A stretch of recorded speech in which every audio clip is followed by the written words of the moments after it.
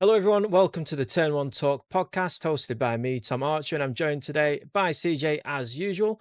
We're doing the review for the Azerbaijan Grand Prix. CJ, a Oscar Piastri win after an incredible overtake on Charles Leclerc, showing that McLaren do have a number one driver or two number one drivers, which whatever they want you to believe. What are your first thoughts on the results and overall from the race? Well, Oscar Piastri with a brilliant performance. It was great, brilliant from him. Some very bold overtaking manoeuvres, something we haven't seen from his teammates, to be totally frank. And he showed that he's more than capable fighting at the very sharp end of the field with the best drivers in circumstances to be able to win a race. It was brilliant from him. I think we were talking about team orders going in Norris's favour at the start of the weekend, and then they were asking Norris to slow down in the middle sector to back up Perez. So Yeah, that was not really gone the way for them, has it? quite interesting, wasn't it, to see that Norris was playing the team game rather than Piastri after Norris obviously didn't make it through to Q2. It seems that Norris just, whenever he needs to deliver for one reason that may be in his control or other reasons that aren't, it doesn't seem to happen for it, does it? For him, does it? Especially with that yellow flag in Q1, which made him slow down. But albeit, you could also argue that he run on the exit curb, which lost him time as well, which probably would have made most drivers back out of a lap. Yeah, things with that exit curve thing, as we spoke about, Behrman got through to Q2 with the double wave yellow, and he lost a bit of time on his lap from the double wave, and he still got through. Yeah. It's not there isn't just a kind of, it's all been sort of like left there. It's like, oh, poor Norris with the yellow flag. Yeah, it's like other drivers got through the session with the double wave yellow flag, Yeah. so you can't just pin it on one thing and go, okay, well, that's the end of it. I think that's sort of, I don't want to say British bias in the media, but it's not been, no one's really talked about it too much about the fact other drivers got through. Yeah. I think it's a Um, multitude of things that all came together though. One, Norris's own mistakes. Two, the yellow flag, and three, he was also on used soft tires rather than being on uh, new softs because obviously they wanted to just the track evolution at the time was ramping up and they thought that they could get through on a used soft rather than slapping on new ones because he hadn't done enough the first time around due to the track evolution. But yeah, ultimately you may say British bias, others may say just like rose tinted glasses. But yeah, he's still not doing enough. Where Max Verstappen absolutely is. He had a torrid race, but still finished just one place behind Norris, who looked out with the coming together of Carlos Sainz and Sergio Perez. We'll move on to that a bit later, though. But Verstappen's still doing very much enough at the moment in the championship, and still Norris needs to score. I believe I calculated if Norris wants to win 1 point ahead, it's 8.5 points a race now that he has to score, which is no longer a win with faster slap. It is now very much pray for Verstappen to not finish. Either Norris needs to finish first and Verstappen needs to finish third or lower. yeah, the thing with Verstappen is that we can understand from this race, it looked as if he's trying to figure things out of what they can do with the car to try and go forward, whereas Perez is using the car as well, how he's done it the entire time. It's now become to a point, instead of Perez being the one which can't handle the car, it was both Perez and Verstappen. And Verstappen's trying to be proactive on his side of the garage, trying to find solutions to the issues they've got and trying to run old specs and different things. Perez is trying to just basically crack on with what he's already got. And today, Verstappen would have finished behind Perez, and Norris has only managed to score, is it 3 points on him with the fastest lap? Yeah, 3 points. Only scoring 3 points. And it's, as much as we can say it's a great recovery drive, this is why I think we said last week we don't think he's quite got it in him to challenge. Not really. Yeah, and maybe I was a bit too harsh last week in terms of what I said in what he's got in him, but it's very much proving to be true in some respects because he is not doing enough. He's only finishing 3 points ahead of Verstappen. The gap is now 59 points in the championship between the two of them. The silver lining for McLaren as a whole is that obviously they are now, I think, 20 points ahead of Red Bull in the Constructors' Championship. What do you think of McLaren's resurgence throughout the season. Well, Hakkinen was right. Hakkinen said it last year, He and we did, all didn't he? laughed at him. So obviously he was in the know. I think it's great for Formula One to see McLaren back at the top. I mean, it is. I mean, I'm in my early 20s, and I can't remember McLaren winning a constructors world championship. Oh So yeah. exactly the fact that they are competing and look like they're going to win at least one championship is great. It just is. So look, McLaren being at the top is great for the sport. Seeing that it's not just completely dominant like it used to be, seeing that a team can come back from basically after a year of development, can be at the back of the field to the front of the field in that space of time. That's something we didn't see in modern Formula One for many, many years. So again, that's really good, and it's also good to see that everyone's can sort of go up and down throughout a season. Yeah. In the minute with these current regs, which is, yeah, it's good for the sport. It's not clear cut, whereas the previous seasons Red Bull had a very good measure of the rest and were very far ahead. Now it's completely on its head, and you've got the likes of Mercedes winning races, Ferrari winning races, then McLaren winning races, and it's all very much so very close between all of them. I'm very excited for the 2025 season. It's a shame that it's only coming around now, because I feel like it's come around halfway through the season, and now we've got, I think, 5 drivers that have 2 or more wins, including Verstappen, who has 7. It's a shame that it's only just happened. Speaking about McLaren being ahead in the championship, though, that very much could have been Ferrari closing in today as well, couldn't it? If not for the collision between, they obviously couldn't have taken the lead in the championship. They weren't far enough ahead, far enough, close enough. But the collision between, I want to touch on the collision between Sergio Perez and Carlos Sainz. If not for that, Ferrari would have been scoring a big chunk of points and would have been posed a threat to McLaren's constructors charge. So they got quite a big break today with that. They did. They did. I think I said this last week. I think you said it as well. Ferrari aren't out of it. I don't No, think they're they're out not. of it now either. There's a long way to go. We've still got some tracks and some, Yeah, Singapore. 7 Someone could races end to up in a go, wall. and 7 races is quite a lot, considering that we are only 17 through. So Yeah, there's a big chunk of points to be scored, and Ferrari aren't completely out of it. I think it's going to go McLaren's way. I think we've all kind of thought that they have what seems like the fastest car, and both drivers are getting the most out of it when they can, unless it's Norris making a mistake with the qualifying like today or like yesterday. yeah, I don't know. I think McLaren should get it done now. And I don't know what you think about the drivers. I sort of think that's more and more we see, the more and more it looks like it's a non-starter, unless Verstappen has a DNF somewhere, and then fair enough, it could be wide open. I think the drivers was always done for. I think it's just good to talk about, the potentials that could come through. Yeah. I think today kind of solidified. So if Norris won today, or if Norris scored the required 8 points at the time that he needed to over Verstappen, it still would have been a long shot to score 8 points a time over Verstappen.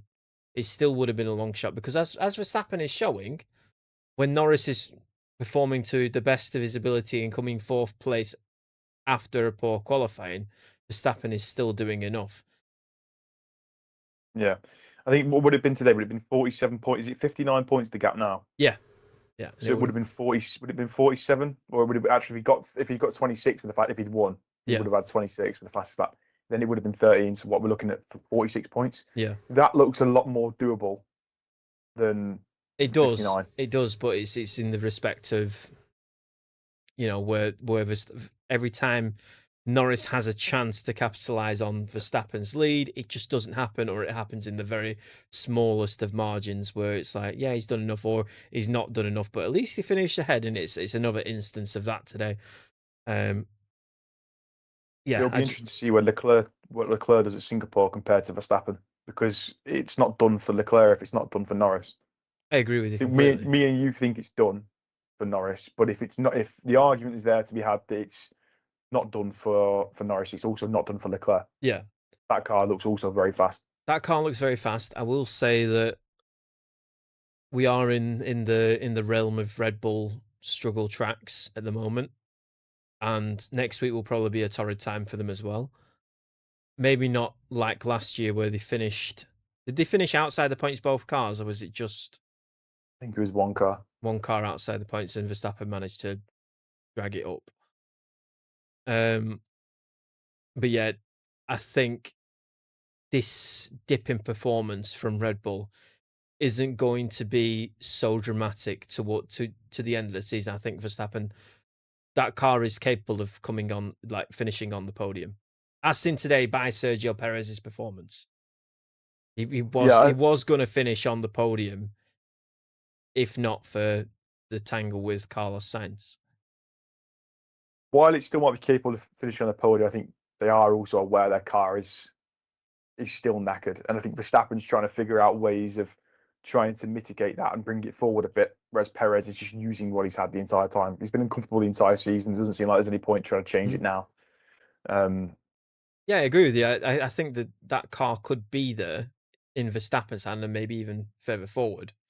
But I'm just saying that it does have potential to finish on the podium. Therefore, the chances of Leclerc, who's further behind than Norris is, are pretty slim.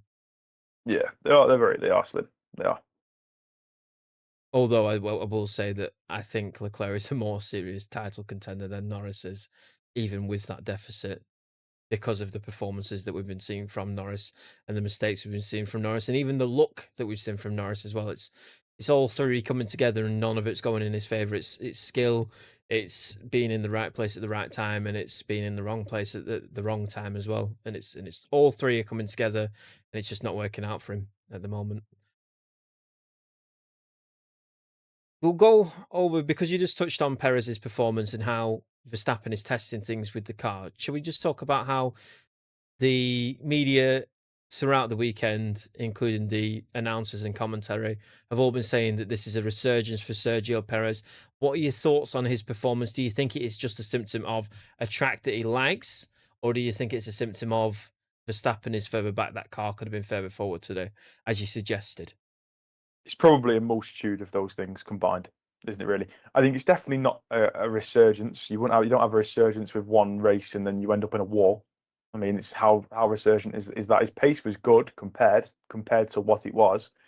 Um, Obviously, we've made the points before. He struggled with the car, and it's not necessarily all his fault. But it's not a resurgence. I mean, next week Singapore, he's meant to be king of the streets, so these are meant to be his As it's tracks, so mate. called, yes. These are his So tracks. I'm He not should really have. having it. I think, could there be an argument to be made? Now, you can shut this down straight away if you'd like, but let's just humor it for a second. Could there be an argument that Perez has been struggling with this car for a very long time, as he keeps on saying, and you know, he's done 2 interviews, or maybe multiple, but I've seen 2 interviews in the past 2 races where he's said, now they've seen what the issue is with this car that I've been struggling with the entire time, and that's what he's blaming his drop in performance on since Miami, since that point in the season, since China maybe. Do we think that he's now got something to blame it on, therefore isn't overdriving the car or trying to drive around something that isn't there? It is actually the car. Maybe he's looking at Max Verstappen thinking, how on earth, throughout the entirety of the season so far up until these most recent races, is he not looking at Verstappen and thinking, okay, he's obviously doing something different to me. How do I be on the level of Max Verstappen? And then driving around an issue that isn't there with himself, I mean. The mental aspect of that is massive, and I don't think we can measure it. No, we can't. That's a fairly very valid point. My arguments to that would be this is the elite of the sport. Yeah. That's the difference between Verstappen and Perez right there alone, the mental aspect of it. Verstappen would have finished behind his teammate today. He's not thinking about that when he rocks up at Singapore, if that's the case. He's not thinking to himself, my teammate's on the podium, I'm sixth or I'm seventh. He's not going to be worried about that when he rocks up to Singapore. It's not going to be in his mind. Whereas Perez, he's constantly trying to figure out a way of being alongside. And it's like, well, sometimes you have to realize that you cannot be the best every weekend if you're Perez. You just can't. And if you're overdriving the car, it's because you're not as in it as Verstappen is. Yeah. It's something that Valtteri Bottas struggled with against Lewis Hamilton is the mental side of it, which he did start to drive a bit more consistently once he I think it was in the Drive to Survive documentary, which says says all about it. But yeah, he basically said that once I accepted the fact that I'm not going to be as good as Lewis Hamilton every weekend, I started to be more consistent with the car, and that showed in his results. However, I think Perez needs to probably start to accept that as well, rather than always trying to be Max Verstappen, when Max Verstappen, as you've said, is a generational talent. And what was the... I agree. I was going, I agree. That was very interesting. Anyway, let's move on. We've covered Piastri's win and how he's, actually, let's just come back to that, because I don't think we covered it enough in terms of how good that overtake was on Charles Leclerc. It came from a mile back on lap 20, I think you said. I think you're right there. An absolute age back, manages to make the overtake stick. Leclerc, foolishly, I think in the driver's cooldown room, he said that he believed that, okay, seen him there, and then he thought, okay, he's there now, so I'll just tuck him behind and get the DRS, which never happened after that, in his own words. He thought that he could just drive right past him, and that'd be it, done. That was a true masterclass from Oscar Piastri today, throughout the entire thing. What are your thoughts on him going forward through to next year? Do you think, obviously McLaren have two number one drivers, but with Piastri's handle on the car, do you think that by the end of next season we could be seeing the other driver being favoured? Maybe not favoured, but it'll be a damn sight more close than it is now. I just think Piastri is showing things which Norris isn't showing. I mean, Norris probably still has the outright pace over a race stint than Piastri. That's probably a fair statement. But the moves and the cojones to make that move, Norris wouldn't make that move on Leclerc into turn one. Not many drivers would, to be fair. It's not just Norris. Let's. But what I think what we're talking about though is not most drivers would, but that's the point. There's a lot of world championship. There aren't lots of world championship caliber drivers that would do that. In terms of the fact of, you've got Alonso maybe that would go for a move like that. You've got Hamilton. You've got you probably say George Russell would go for. I think Norris is just too respectful. George Russell will go for a move further back than that. Exactly, right. Yeah, he may not stick. It might not work, but he'd still try it. I think Norris is, Piastri is great when it comes to those things, and I think he's showing that he's got that. You said last week, he touched on it, the killer instinct. He does have that killer instinct from the other side of the garage, and that's the day he showed it. Do you think then, this may be too early to call, and I don't want to put you in a corner with it, but do we think that Piastri is a world championship quality driver then, based off what we've seen? Yeah, 100%. Yeah, 100%. It's a case of trying to. You didn't see George Russell jumping alongside his teammate that was in the car before him and start smashing him. Didn't happen. He had a few good results in 22. 23 was a bad one for him, and then he's come back 24. George Russell and has done decently against Hamilton. Piastri's been in that car for a year and a half, and he's already starting to get to that point. His issue, from what I can figure out, is at the end of the race stints, he isn't very good at managing his tyres in comparison to Norris. Yeah. I think that will come to him, though, because he pointed it out very early on in this season. He pointed out that his weakness seems to be the tyres. And I think that has got better. I don't think it's got to the point where Norris is, to the point where Leclerc is on managing his tyres, although today Leclerc's tyres went off a cliff. But I think that was more to do with the car's characteristics rather than the driver's driving style or how hard he pushed on it, and the fact that Leclerc was stuck behind Piastri the entire time probably factored into that. But going back to it, Piastri has definitely improved on his race strategies, on his tyre management tenfold. Just seems to be night and day compared to where he was at the beginning of the season. You are right. Towards the end of the stint, he is still falling off a little, but today he's shown that has come he's very far from what it used to be. Yeah, that's fair. That's very fair. So we mentioned George Russell and his overtaking abilities and how far he'd come back and try that move on Charles Leclerc if he was in the same position. He managed to pick up third place today, which is an incredible job. He was absolutely nowhere throughout the race, and Say that with great teeth. Verstappen, yeah, well, as a Mercedes fan, he was nowhere, but the car wasn't there. I guess the car wasn't there. They complained about bouncing the entire time. I think Russell got fastest in practice 2 or 3. I can't remember which one it was, but he did get fastest, and they've changed something, or the car's just not been there on race day. They seem to favour one tyre over the other. The Mercedes was actually the only one that run the hard tyre throughout for long stints on Friday's practice, compared to all the other teams who didn't. And they did seem to favour the hard tyre and was probably on the medium tyre for too long. But he did inherit third place after the collision between Sainz and Perez.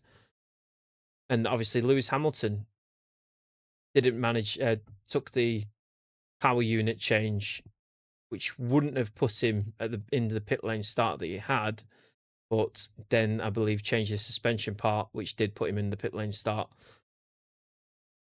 Where do we think Mercedes are in terms of the constructors on the grid at the moment? Do we think they are above Red Bull? Do we think they are behind Red Bull?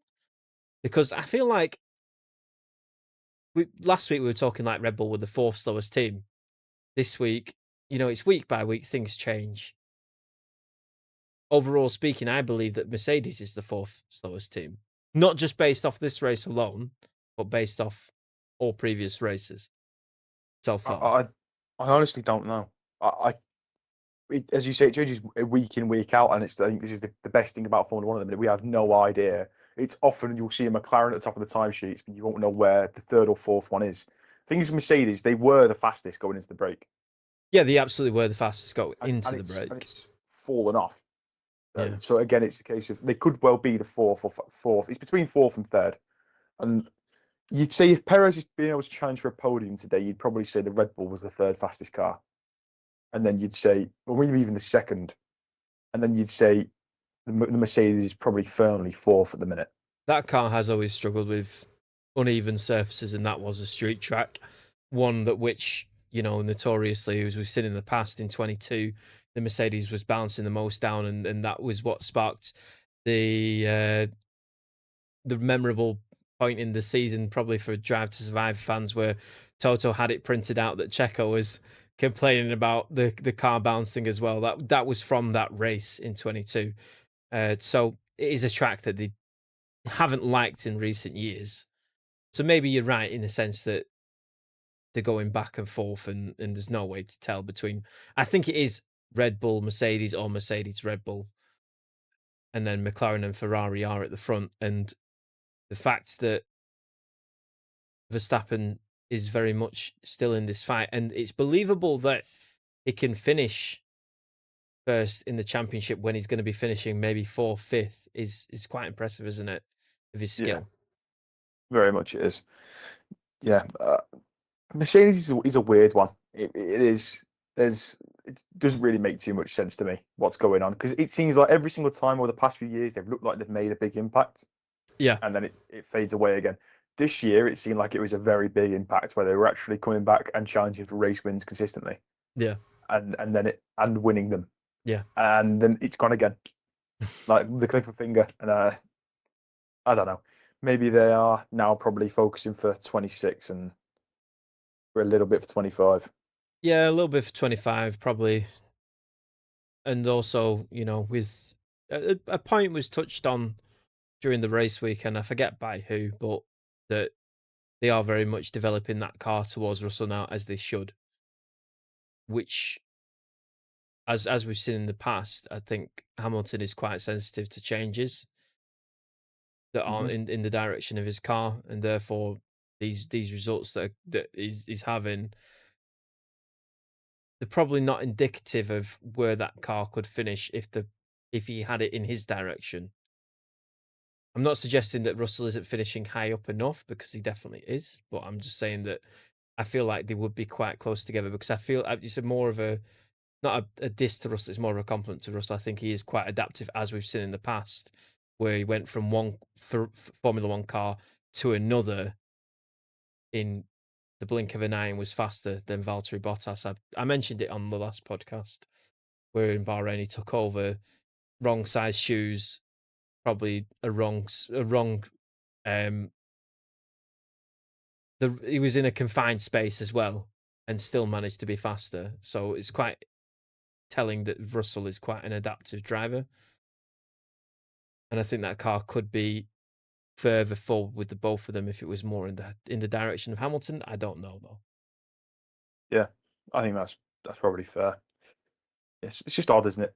It's very odd. It's very odd. We don't know where they are. They don't know where they are. Every single time they throw an upgrade on the car, and it's just like, yep, we think we found it. Or he always says, yep, how could we have been so stupid? How could we have never seen this problem? It was obviously this the entire time. And then they change it, and they're slower. Yeah, they're full of a certain expletive that I won't mention.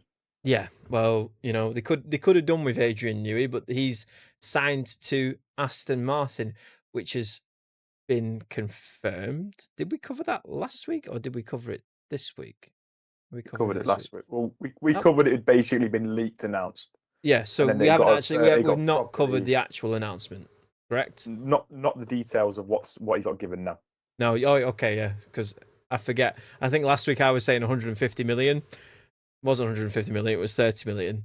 I think the article that I read was suggesting that they got Verstappen as well, and which would have been a 150 million deal. It's 150 million over 5 years. Is that what it is? So it was 30, think that probably makes the most sense. 30 million a year.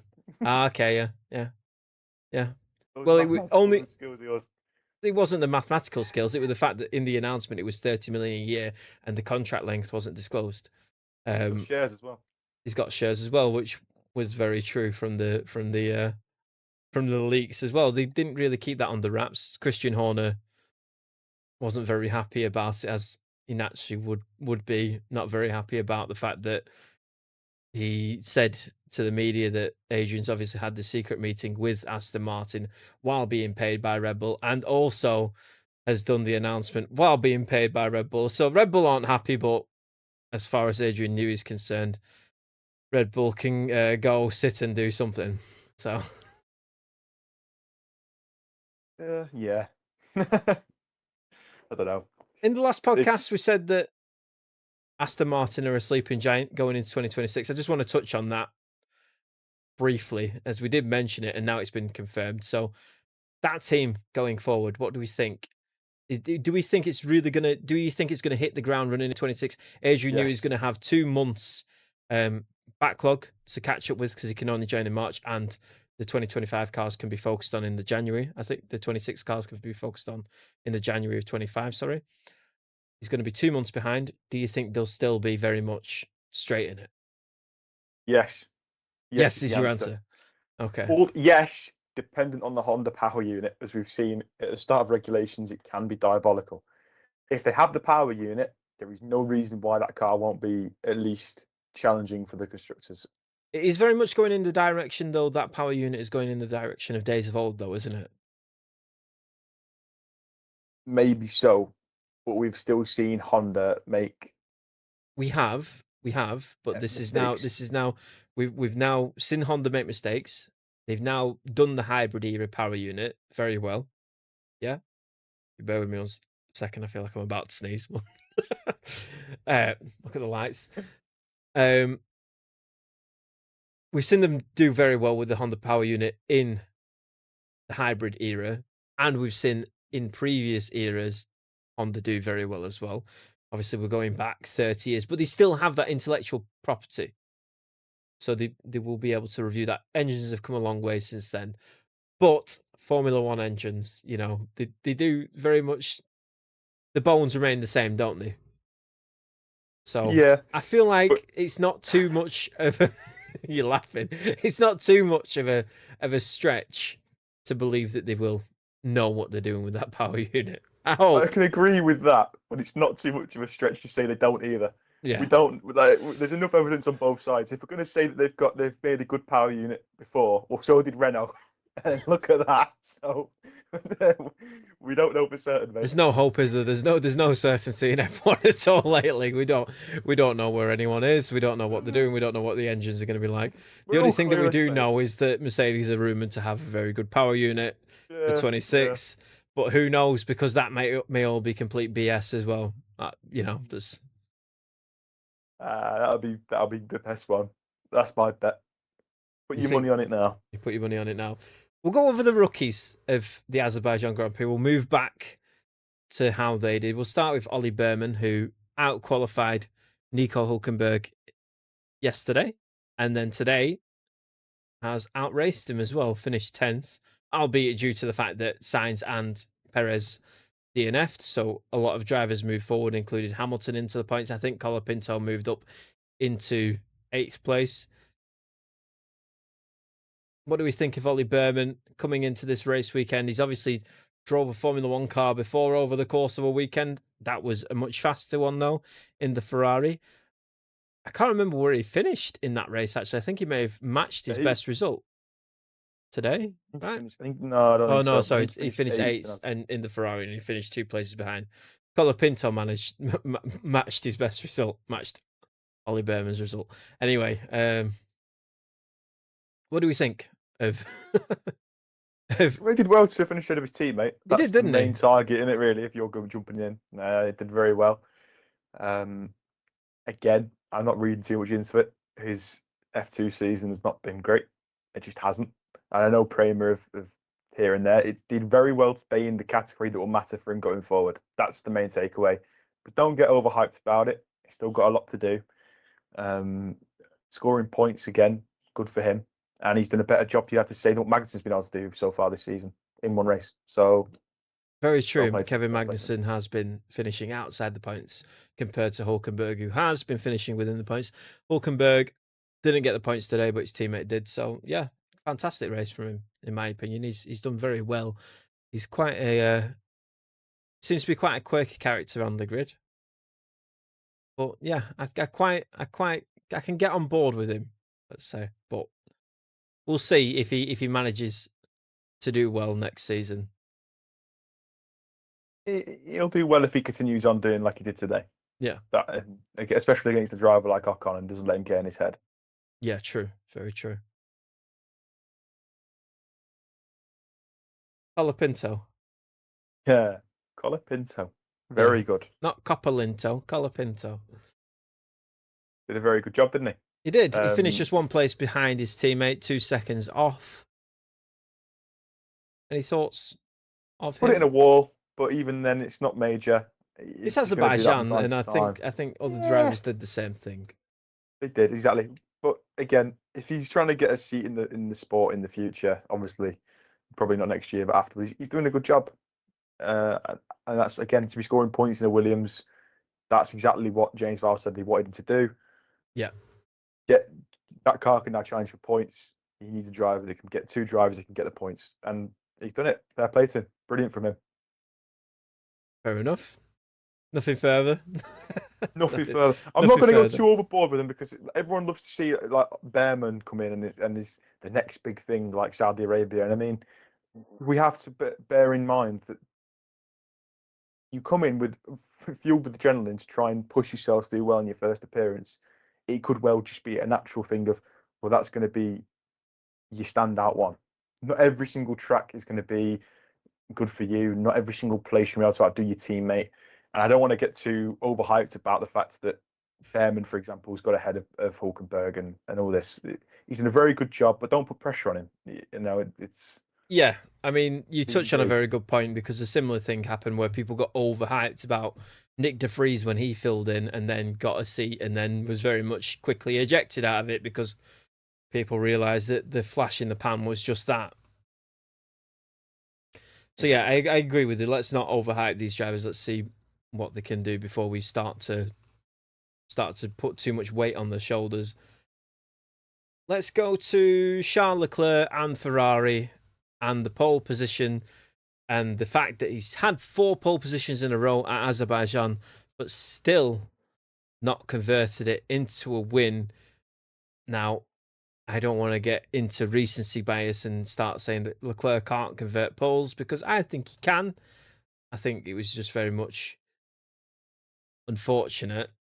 The record doesn't speak for that. I just think that the car that he's had Don't in the worry about the past. evidence. Put the evidence Let's away. just forget about Don't worry all the evidence. evidence. It's Evidence. gone. Don't need evidence. Don't worry See about that. It's like when your mum has asked you if you've tidied your room and you say, yeah, and there's a cupboard and it's just all spilling out. The doors are bowed at the front, and yeah, forget about all that. It's tidy. He can. Yeah, fair enough. I mean, you don't get points for poles, do you, Thomas? You do not get points for poles at all, Charlie. You do not. He did come second though, and I think that is a very good finish for the fact that the car was dropping off towards the end. It was very clear that his tyres were completely gone, and he did sit behind Oscar Piastri the entire race. Like, after that overtake, he was within a second the entire time, and that's got to... Most drivers back off. Leclerc did Surely not the tyre whisperer, Charles Leclerc, to not let his tyres get to the end, no? It was impossible. I'd say it was impossible. There's no way that he could back off because he had Sergio Perez breathing down his neck. There's no way that he could push because that McLaren was way too quick in a straight line, which we may touch on later on. Or you will, won't you? I will definitely touch on that later on because there's been a bit of a revelation across social media, but we'll go into that. Twitter. Yes, Twitter. Let me just make sure that this is off because I think our Discord was going off during that, and I don't think I can quit it. No, I can't. Oh, that's great. Close that window.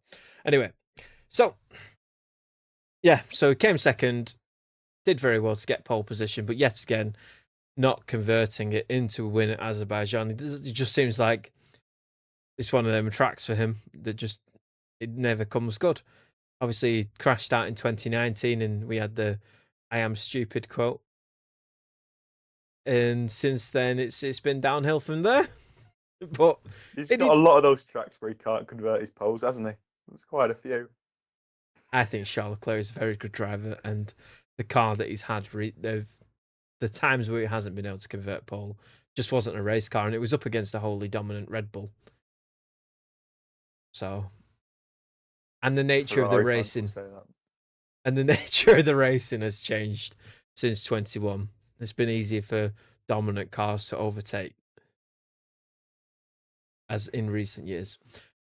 Anyway, and Carlos Sainz did very well to close up to Sergio Perez, but it was probably not in his best interest to close up to Sergio Perez because the two of them came together.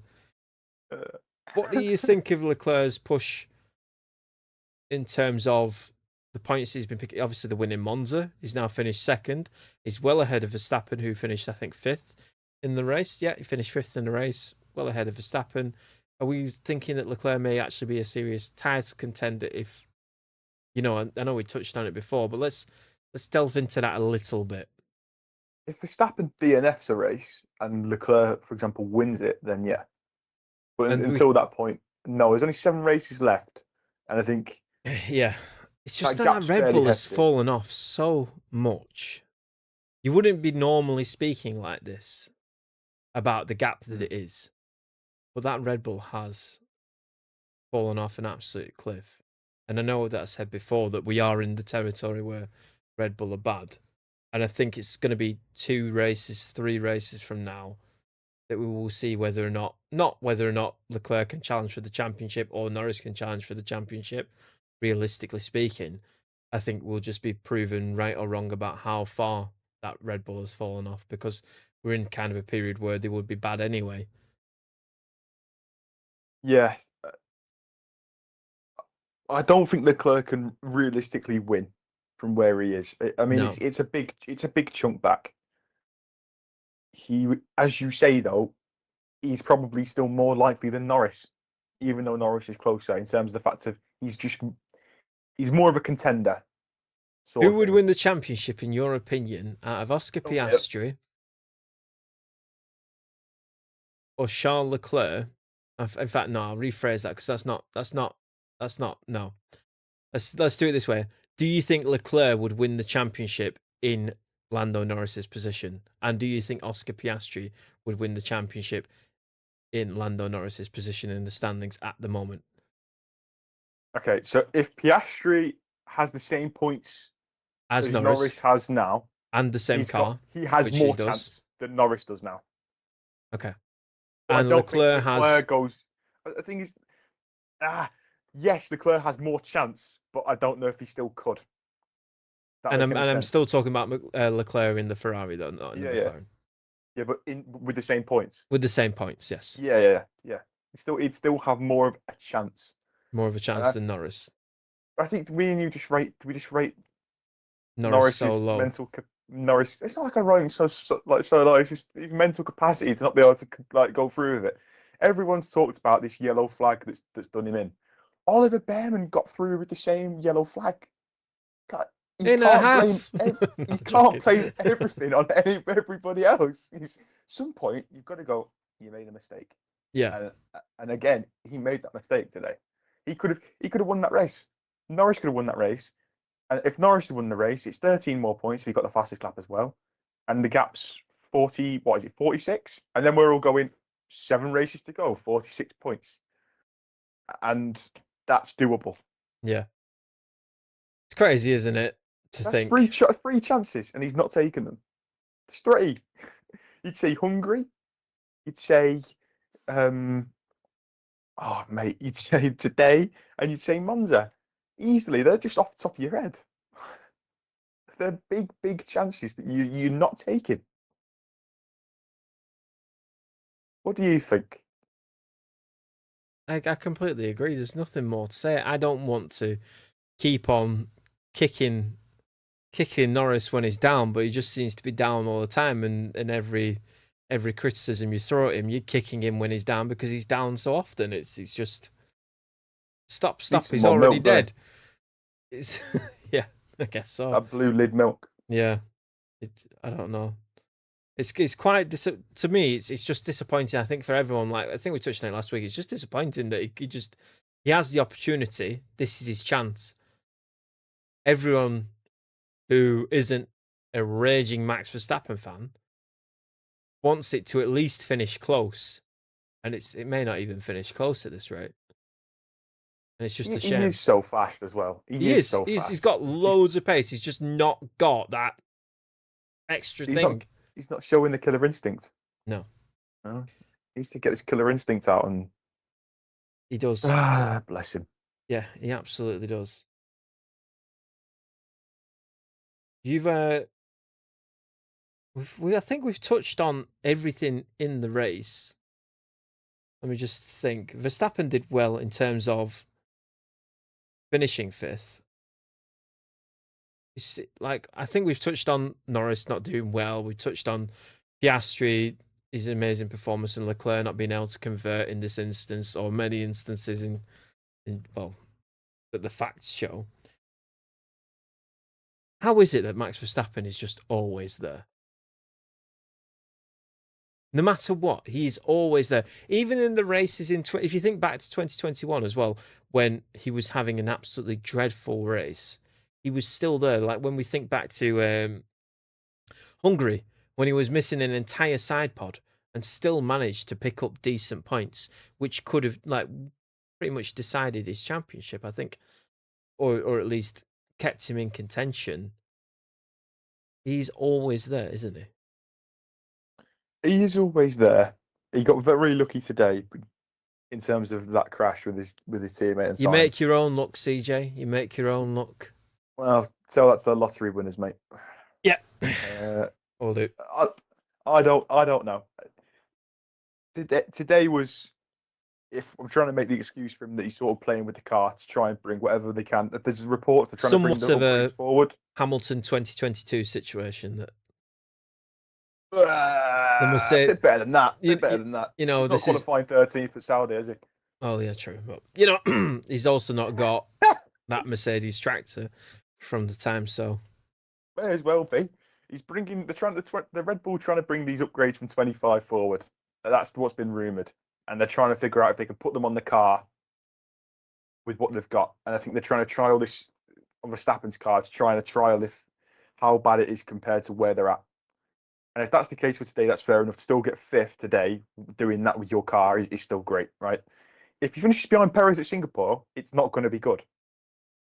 It's still he's still hanging in there, and he's still getting like today he was fifth.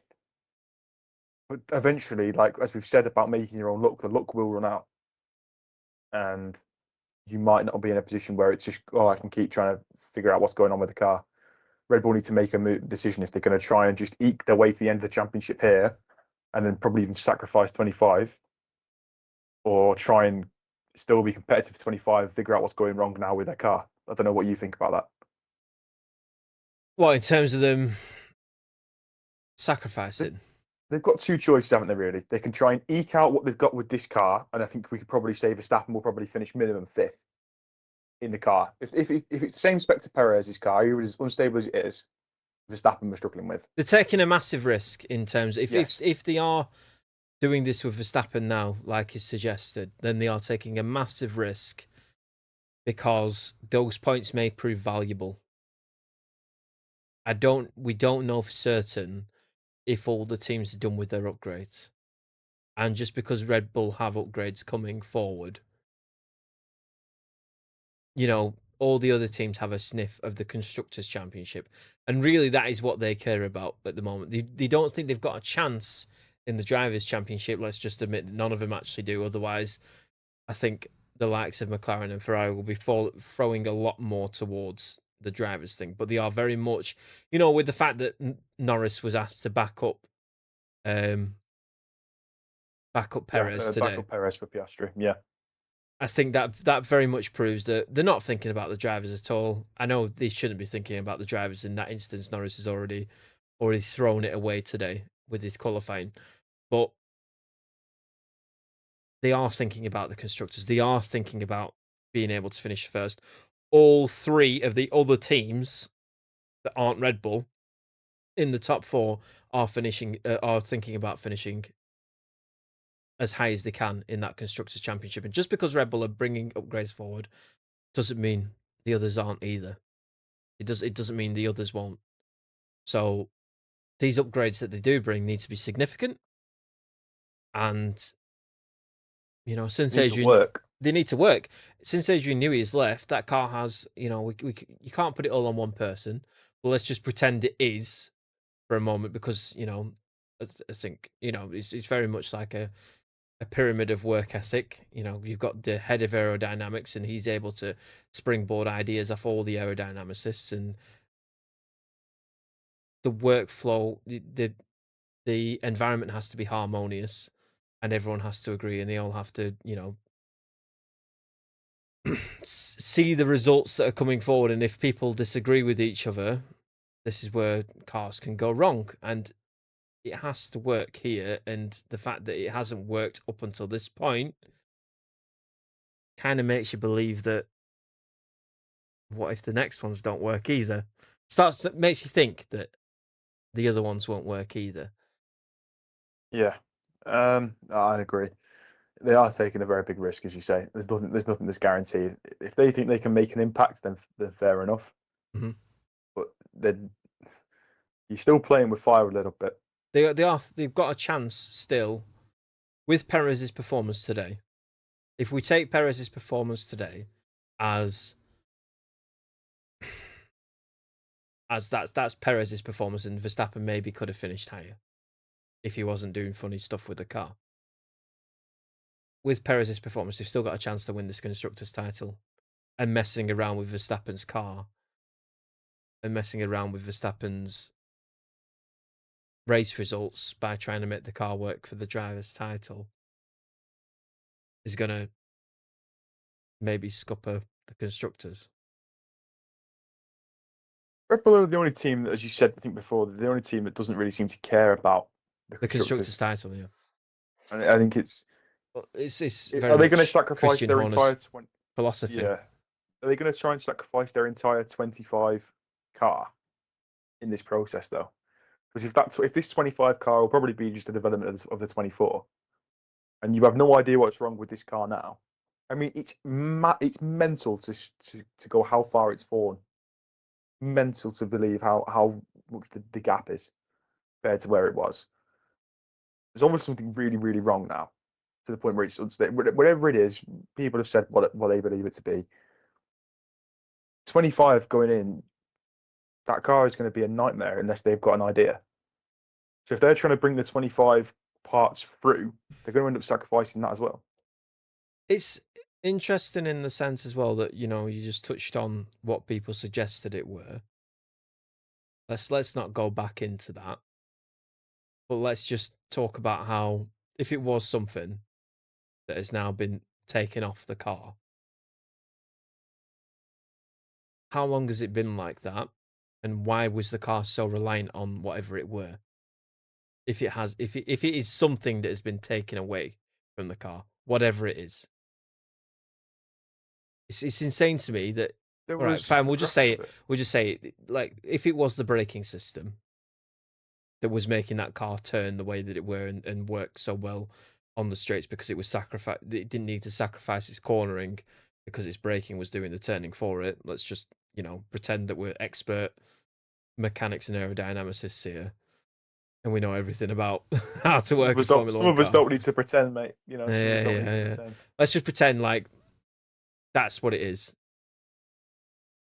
Why was the car so reliant on it?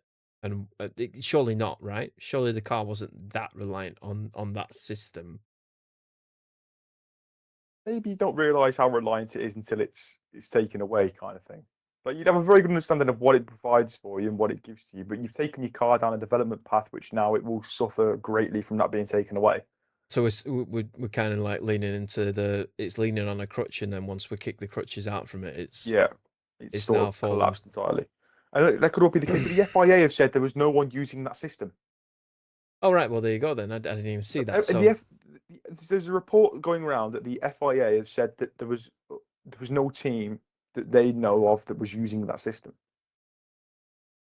But why ban it then? Why ban it then? It's a very interesting loophole to close up, isn't it? Because the loophole, like the rule was very specific already. Yeah. The rule was already set in stone. No reason. The rule was already set in stone. Like, everyone that read that rule interpreted it as that all the brakes have to have even pressure applied when braking. You can't do alternating, like you can't alternate the pressure of the brakes. That's how it read. So why would they tie up that loophole? Why would somebody be plucking through an FIA rule book and be like, actually, I figured out how I can misinterpret that. I better tie that up before a team realizes it. It's not going to happen, is it? Exactly. The FIA are like everything in sport. They're spineless, really, aren't they? Let's be totally frank. They are spineless.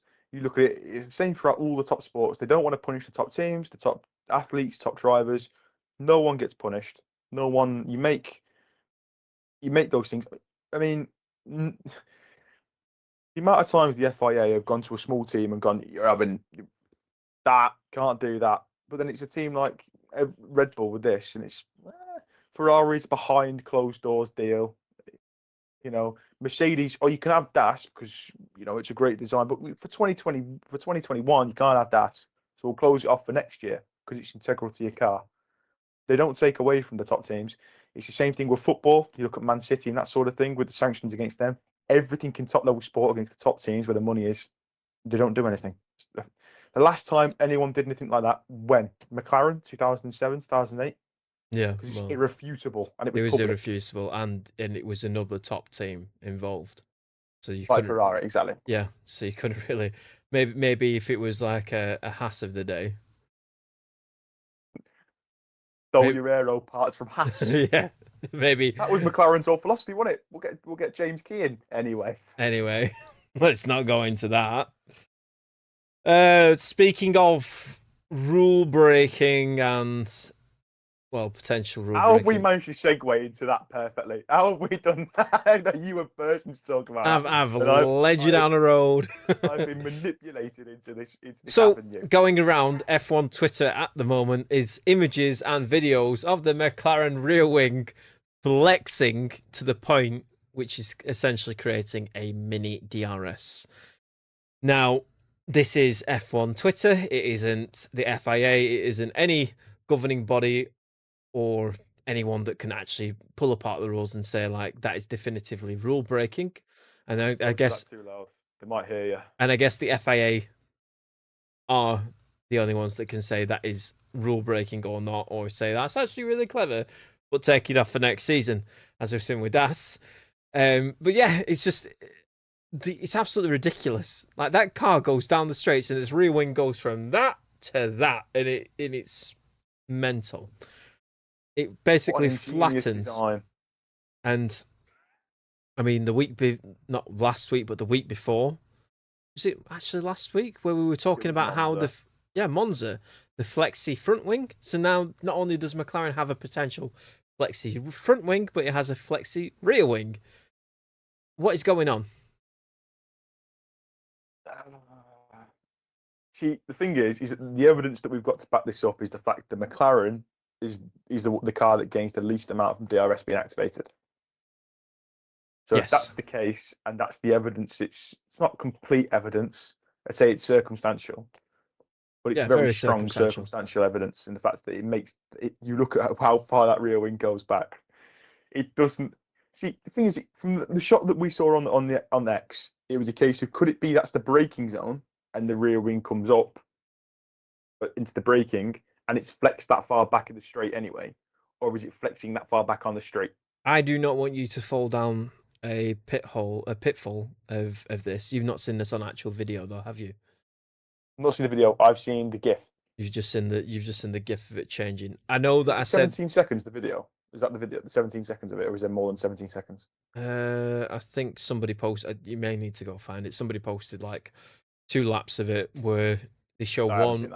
They show one of the McLaren going down the straight, but they don't show it getting to the braking zone.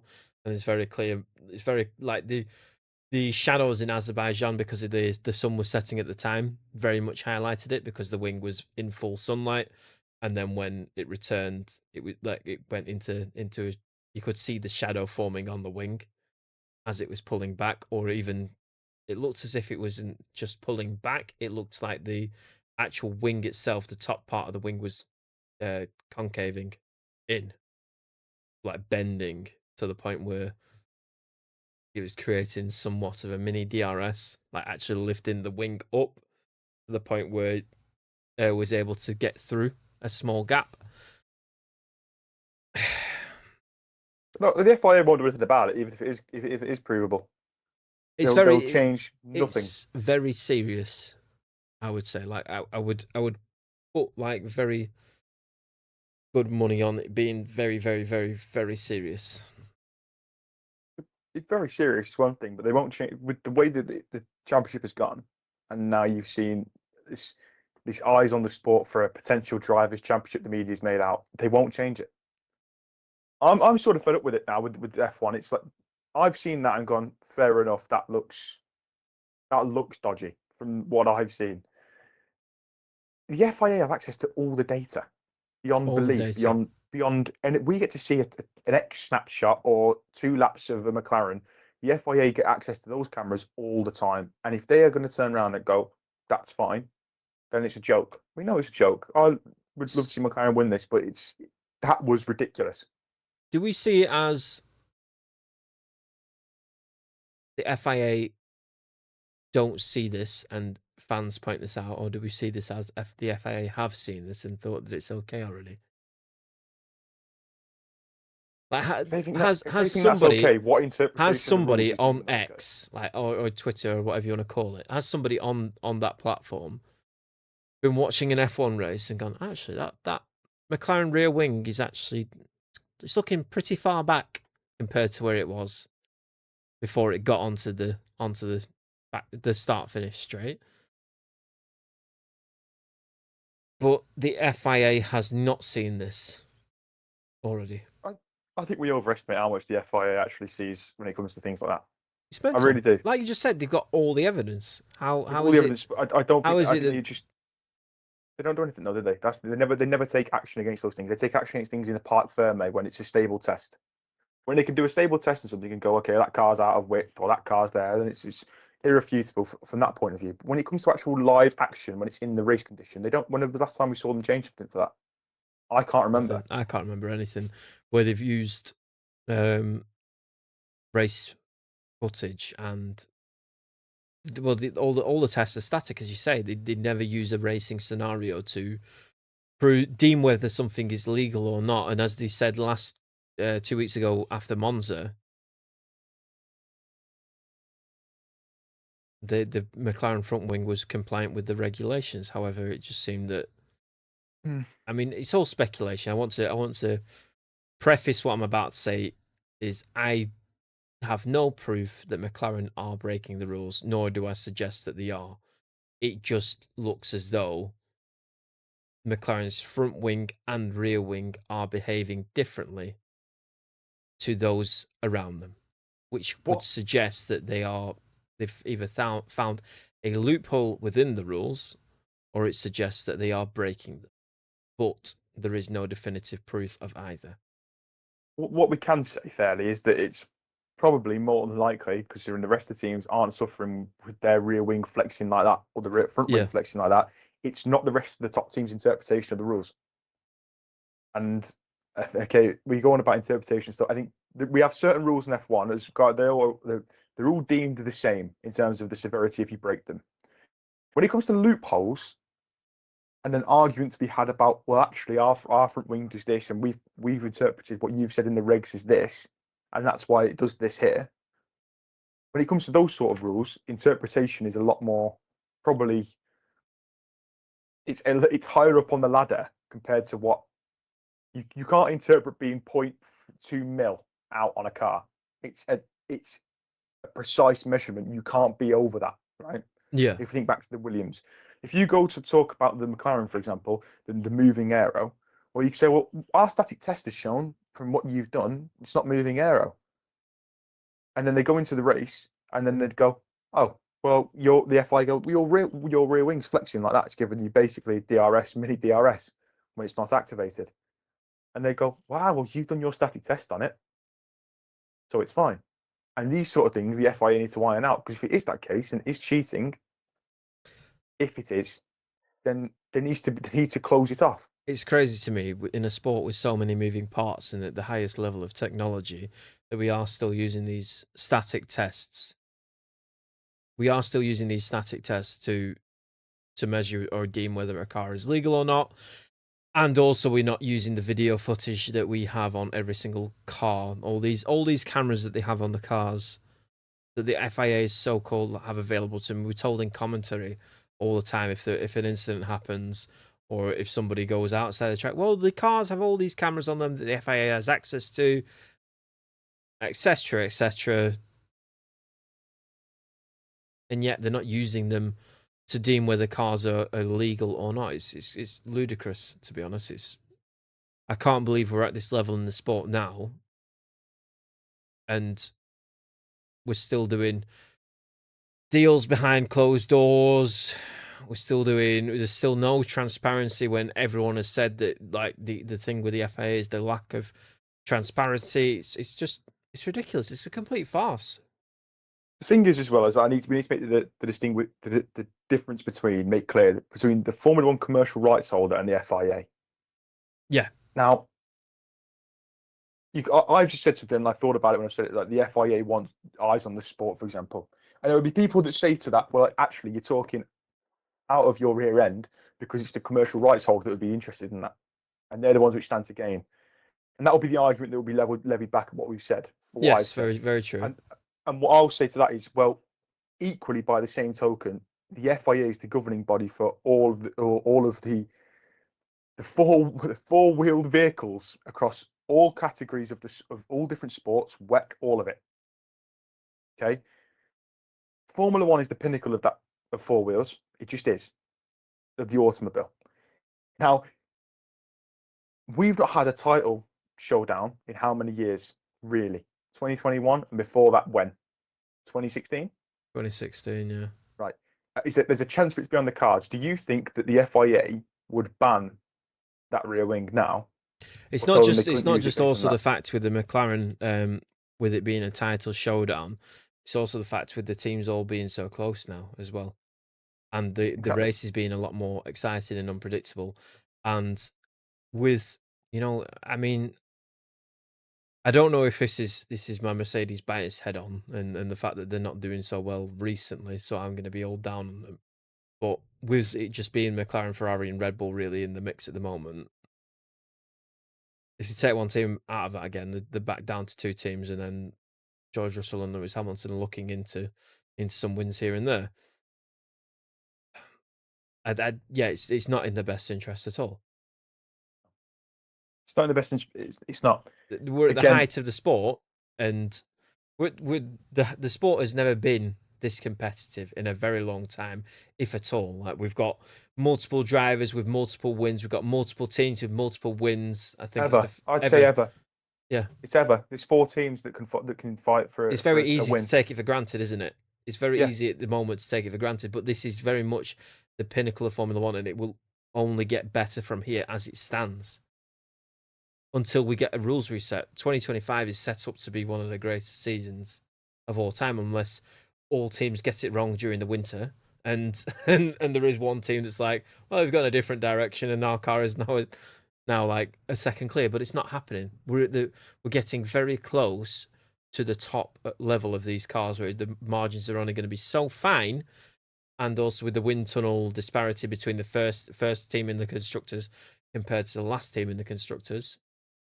They've done a fantastic job of leveling out this field, and it's not in their interest whatsoever to make a joke of that at the end of exactly. this competitive season. Yeah, and they won't either. They won't. Yeah. If you can be shown, if the thing is, they have to answer that now. That McLaren rear wing, it's from what I saw, you can tell it's moving back. You can tell it's moving back considerably. Now, if Anybody that's with being with shown a by a pair of guy on eyes, Twitter, yeah, go on. exactly. If it's a bloke on Twitter that can see that, then the FIA should know it. Then they've got to make some sort of statement on it. If they turn around and go, "All the rear wings are legal," like they did about, About the front there's no way wings. a bloke on Twitter sees it and Ferrari don't put a challenge against it. For example, they have to say, and if they turn around and say that rear wing's legal, then you'll see the rest of the teams doing the same thing. It can't be too difficult to mimic. It can't be too difficult to mimic, but at the same time, they've definitely. That's. I don't think it's the wing moving back so much. I think it is the wing flexing to the point where it's lifting and going back. Like it's very much a concave motion. It's like going down rather than back. Yeah, So that is R&D. That is material, figuring out the density of the material to get it to the point where it's compliant with the regulation, but also robust enough to hold on. So it may be quite difficult to replicate. I'm not saying that it is, but it may be. And if the FAA turns around and says that's illegal, it's going to be very bad for the rest of the teams, because they may not be able to replicate it at all till the end of the season. Yeah. Felt like I was going to say something, and I can't remember now what it was I was actually going to say. It's just, I don't know. To be honest with you, I'm at a loss. Anyone with a pair of eyes would look at that rear wing and say, that's a flexi wing. That's what you would call it. The wing yep. flexes, it's a flexi wing. That's exactly what it does. It's either ingenious by McLaren, and they're very confident in it, or it's cheating. Which one? But an answer Uh, has to be given. exactly. The answer has to be, if they just don't say anything on it. I was like, what? How can you not say anything on it? And we must, like, compared to the wings on the Ferrari and the Red Bull, they moved, but they moved nowhere near as much as the McLaren. And Mm. it's now the McLaren's front wing that's been questioned, and now we're seeing the rear wing. And you'd say the rear wing is probably more likely to be looked worse than the front wing did. Yeah, it did. It did look. Although the front wing was still quite bad compared to the other team. Like again, I'm saying compared to the other teams, we're looking at all these other teams: Mercedes, Ferrari, Red Bull. All three of them. The front wing was rather stationary. And again, I think we've only got a comparison to the Red Bull and the Ferrari on this particular post. But again, same thing. The McLaren looks wholly different. It's alarm bells are starting to ring. And I think we need a definitive answer on whether or not these wings are legal. Because if we can see it as the fans, how can they not see it? And how can they not give an answer on it? So, well, we know this with the FIA. They do tend to turn a blind eye to a lot of things, and there's a lot of money involved in the sport, and they don't want to disparage good car manufacturer names or energy drink manufacturer names sometimes, Or German automobile brands. or German automobile brands. Cheeky. But yeah, I'm not having it be throw shade at everyone else that I like. You go it back. all right, yeah, cool. But yeah, it's just overall though. Let's turn this back around. It was a very good race, all the way to the Brilliant end, race. up until the point where, it was nullified by a safety car, a virtual safety car at that. But I think it was still a great race, despite the fact that it ended under a safety car. Which I've just seen what you've just done there, and I'm not Yeah. happy about it. Oh well. Never Oh, forget. I see your little face in the corner of the screen. I'm going, you're taking me somewhere here, aren't you? With this little narration. Oh yes, I see where we've gone. Yeah. About 3 years back, near December. Anyway, Right. I think that's everything covered. Do you want to cover anything else before we end? We've gone actually only an hour and 11 minutes. So one prediction: Behrman will be in that car till the end of the season. How about that? How about that? I could be very wrong. No news on it. Watch it happen. I don't think so. I'll be the opposite to that. I think Kevin Magnussen will be back in the car, punting people off the road, Gently nudging. gently nudging, and using the rule book to its absolute limit, kind of like McLaren at the moment. Breaking the limit. Right. Yeah, so thank you very much, everybody who watched and listened. We'll see you again next week to cover the Singapore Grand Prix. Bye-bye for now.